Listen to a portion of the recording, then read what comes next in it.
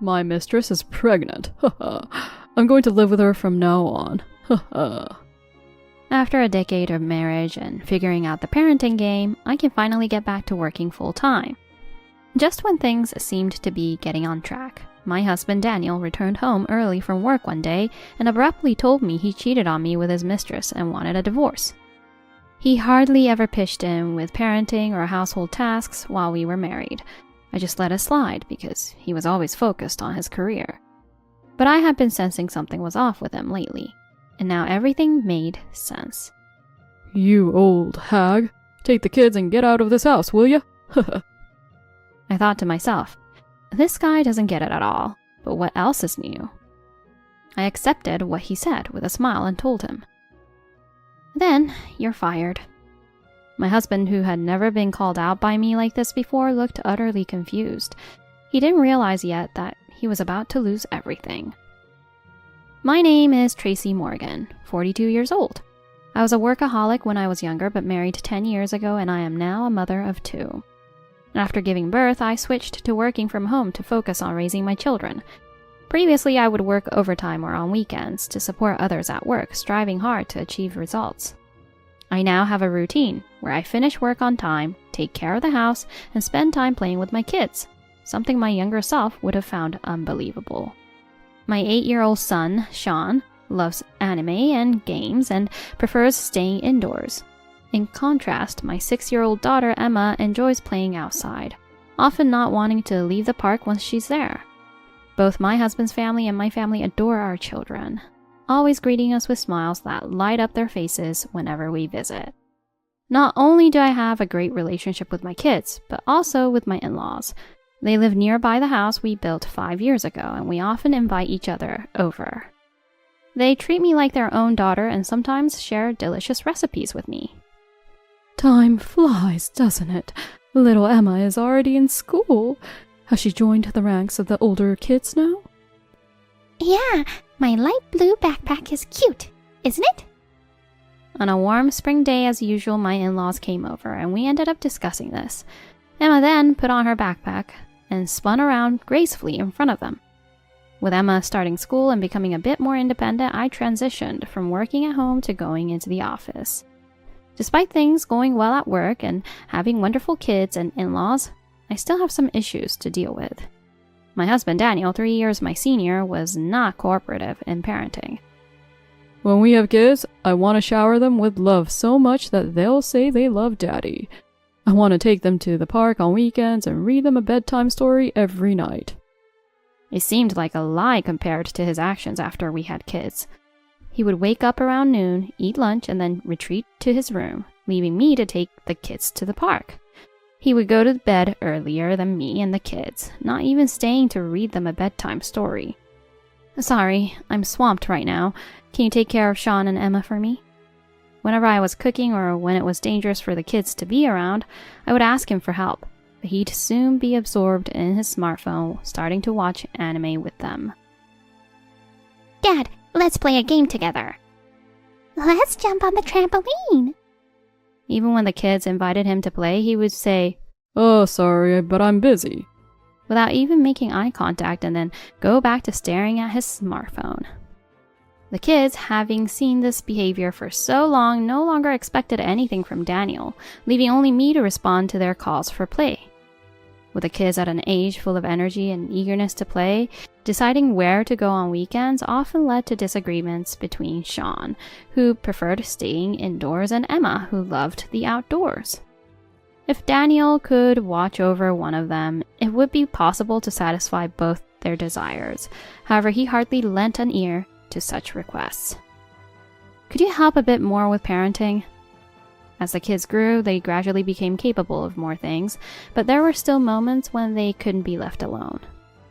The range of activities expanded with their growth, and I often found myself overwhelmed handling it all by myself. Daniel's response, however, was cold. "I'm busy. Taking care of the kids is the mother's job, so you deal with it." Regretting now is pointless, but I wish I had recorded Daniel's behavior about 10 years ago. Then I could have shown him how eager he was about parenting and reminded him, "You said you'd be involved in child rearing, remember?" No matter what I said, his response was always that he was busy. Yet, I felt something was off. Daniel's previous company had gone bankrupt, and he had been working at the same company as me for about a year thanks to my referral. Though we worked in different departments, we should have been equally busy during peak times, but I hadn't noticed an increase in my workload. I wondered if he had been given some significant responsibilities, but Daniel's return home became later and later, and my suspicions only grew. There were also days he didn't come home at all. "Hey, you've been coming home late recently. We have kids, and I was hoping you could come home a bit earlier. I'm returning to work full-time, and there might be days when I come home later than usual." Stop nagging. I'm busy with work. I already told you to handle the kids. I didn't mean to come across as rude, but he didn't handle it well and shouted back really loud. His loud voice woke the sleeping children, who peeped through the door gap, looking worried. Before I could apologize, Daniel raised his voice again. Hey, what are you looking at? Go back to sleep now. Don't talk to them like that. My irritation inadvertently raised my voice in response to Daniel's harsh words, intended only to vent his frustration. From then on, not only did he become colder to me, but to the children as well. They became visibly scared, and even on the rare occasions Daniel came home early, they would quickly return to their rooms without talking, avoiding the living room. I come home early for once, and this is the attitude I get? Day by day, my stress accumulated, and I spent many days feeling uneasy. Then, one day at work, I witnessed an unbelievable scene. Daniel was in a small meeting room with a young female employee, just the two of them. I couldn't see the woman's face as it was hidden. However, Daniel had a smile on his face I never saw at home, seemingly genuinely enjoying himself. Maybe they were just discussing something necessary for work. Maybe she just needed some advice, nothing more. However, their proximity to each other made me doubt it was just that. Just as I was about to leave, I saw Daniel gently touch the woman's hair. Feeling uneasy, I took several deep breaths to calm my racing heart. The reason for his late returns was because he was with her. He was always on his smartphone, probably waiting for her messages.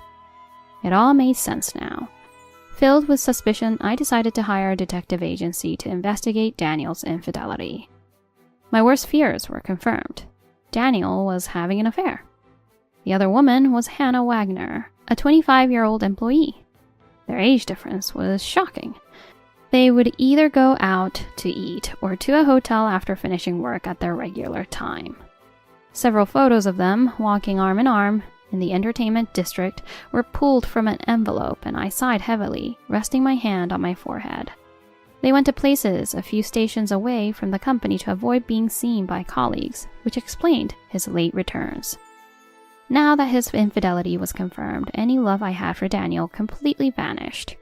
The word divorce fluttered in my mind as I tucked the envelope into my bag, making sure to hide it in a place the children would never find. Kids, Mom might be getting a divorce from your dad. I decided to tell the children about the divorce without mentioning the affair. When I brought it up after coming home, both of them looked surprised. They didn't fully understand what divorce meant yet. I explained that divorce means we won't be a family with their father anymore. Right after I finished explaining, both of them nodded repeatedly. They expressed their agreement through their actions. It's okay. I don't really like Dad anyway. He never plays with us and always gets angry. Dad is scary. I was stressing about how they'd handle the divorce, but now I'm not as worried.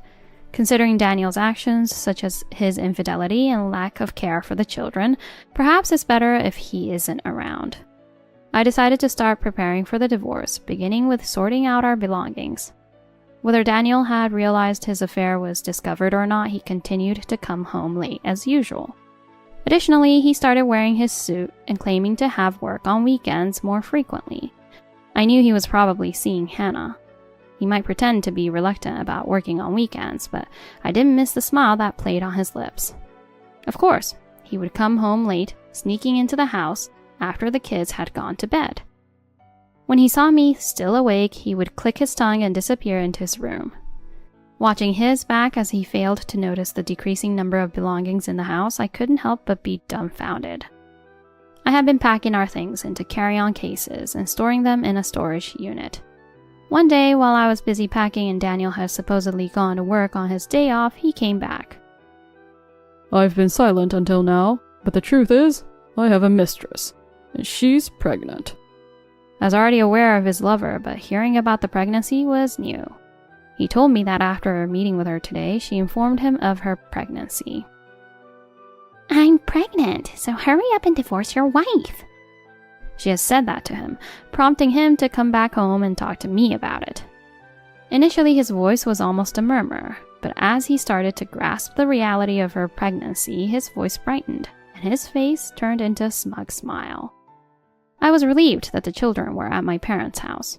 They didn't have to hear about his mistress. So, I'm going to live with my mistress now. You old hag, take the kids and get out of this house right away. Even though I was planning to break up with him, it kind of bothered me when he called me an old hag. I almost fired back that he was older, but I just smiled instead. He looked puzzled by my smiling response, not expecting me to be shocked or saddened. I had no intention of refusing to leave. In fact, it was what I had wanted as well. I accepted his decision right away. Well, Dotard is fired from the company, and of course, we'll be getting a divorce, and I'll be taking custody of the children. Daniel, who had never been addressed as Dotard by me before, or told he was fired, began to look unsettled. Hey, since when have you become so important that you can call me Dotard? And have the power to fire me? The Dotard was simply mirroring the way Daniel had always spoken to me.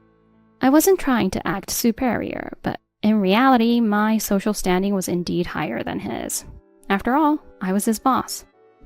I've become the president of the company. Huh? You're joking, right? His voice turned incredulous, but seeing my serious expression, he realized I was not lying. Initially, when Daniel and I met, my uncle was the president of the company, but it was actually my father's company. My father had raised me to be his successor, with my uncle supporting me in that role. However, my father passed away suddenly while I was taking a break from work for childcare. The family was plunged into mourning. My father was beloved for his kindness and integrity. I remember how many people cried at his funeral. It was my duty to ensure the company continued in his honor, which my uncle had taken over as president in my absence. I hadn't shared this with Daniel. I missed the chance to tell him earlier, but in hindsight, it might have been for the best. Daniel's work attitude was far from commendable. I had received complaints from other employees about him slacking off, delegating his work to others, and bad-mouthing colleagues while sucking up to his superiors. I've regretted introducing him to the company countless times. I'm glad I didn't spill the beans about being the next CEO, especially since I knew he had a tendency to act out. The reason I switched from remote work to a full-time position was to prepare for becoming CEO. What? His face went pale instantly, and sweat trickled down his cheeks. Dropping his bag with a thud, he suddenly knelt down. The man who had been looking down on me was kneeling down before me. Oh, I'm sorry. No, please forgive me. However, I had no intention of forgiving him. You've been embezzling company funds, haven't you? Spending it all on your lover, right? Though his face was hidden, his utter stillness revealed his panic at being unable to lift his head. And you've been engaging in inappropriate activities during work hours, haven't you? We have evidence, so there's no escaping it. Among the photos provided by the detective agency were some taken during the day, showing Daniel and Hannah Wagner sneaking out of work. There were also testimonies of them engaging in questionable acts within the office premises. It felt as if my father's cherished company had been tainted, and I couldn't contain my anger. I dumped the contents of the envelope on Daniel's head as he still knelt down. Surprised by the sudden shower, he lifted his head to see the photos, turning even redder. Looking down on him as he trembled, it was clear everything was exposed, and he was speechless. People like you cannot stay in the company. You're fired. As I said this, I showed him a document I had already filled out, a divorce petition. You'll be paying compensation, damages for embezzlement, and child support. And of course, both you and Hannah Wagner will be billed. I could see the shock on Daniel's face when I said his lover's full name. I answered the door and saw Hannah about to come in with a big bag right after I left. When I let her in and told her the same stuff, she reacted just like Daniel did. And just so you know, it's not me and the kids who are leaving, it's you two. The belongings I had been packing were not mine or the children's, but Daniel's. It's kind of pathetic how he doesn't even realize his stuff was slowly disappearing. Moreover, the house was in my name, purchased with my father's inheritance, so there was no way he could evict me. What's the meaning of this? This isn't what you told me. You said we were going to kick out the old hag and I could live here. She screamed in a piercing voice, boldly insulting me now that Daniel was fired. Amidst this chaos, I watched the unfolding scene before me. Daniel, confronted by Hannah, made an awkward face, clearly aware that the house wasn't his. In essence, he had lied to make himself look better to Hannah, boasting about a property he didn't own. Believing that living in a large house meant wealth, Hannah targeted Daniel for his perceived riches. However, in reality, he was neither the owner of the house nor wealthy.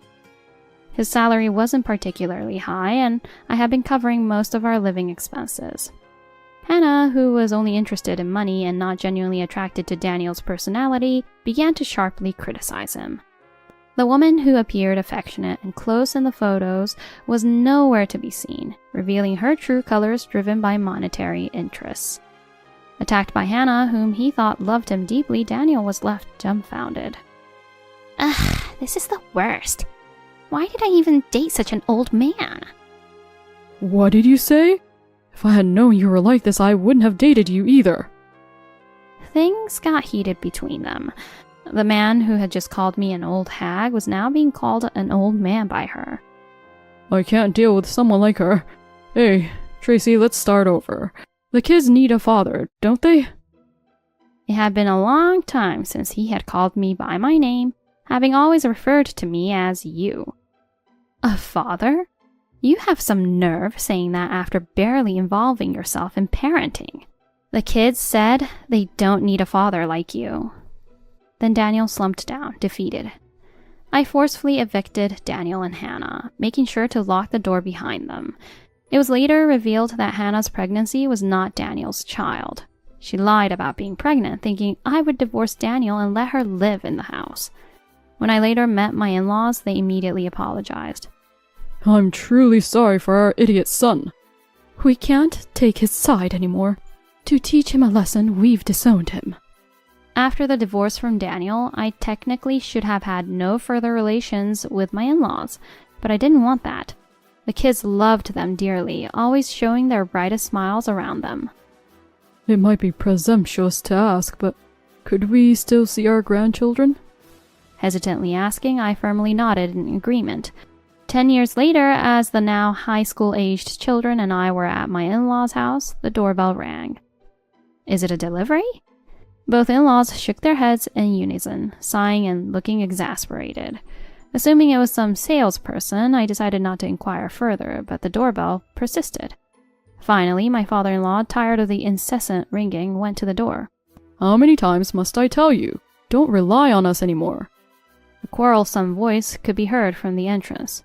Hey, what are you doing coming in uninvited? Then rapid footsteps approached, starkly different from my father-in-law's calm steps. Ah, Tracy, it's been a while.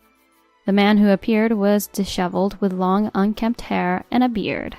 Though his appearance had drastically changed, I immediately recognized him as my ex-husband Daniel. Time had changed him so much. Noticing women's shoes and sneakers that didn't belong to my in-laws, he realized we were there and came in. Please, I'm begging you, remarry me. After Hannah left me, I got fired and couldn't find a job anywhere. I have no money and can't afford a place to live. Despite his dire situation, it was all the result of his own actions. He tried to appeal to my sympathy, but my heart remained unmoved. Shifting his gaze from me to the children, he attempted to appeal to them.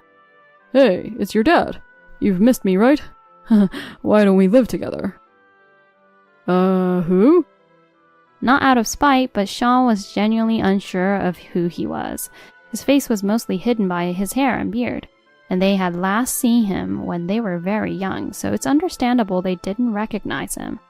Emma then said to him, "Our dad is someone else."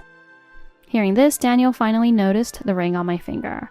I opened my smartphone's photo album to show him recent family pictures. "I've already remarried a long time ago. We've forgotten about you and have been living happily, so please, don't bother us anymore." My father-in-law pulled Daniel out, and it was like a trip down memory lane. He stayed on the doorstep for a while, but then left looking pretty sad. Since then, we've had no further contact from Daniel. Whatever he's doing or wherever he is, it doesn't concern us. As I continue to run the company and make time for my family, the children have recently expressed their desire to be like me. I hope to continue being a role model for them.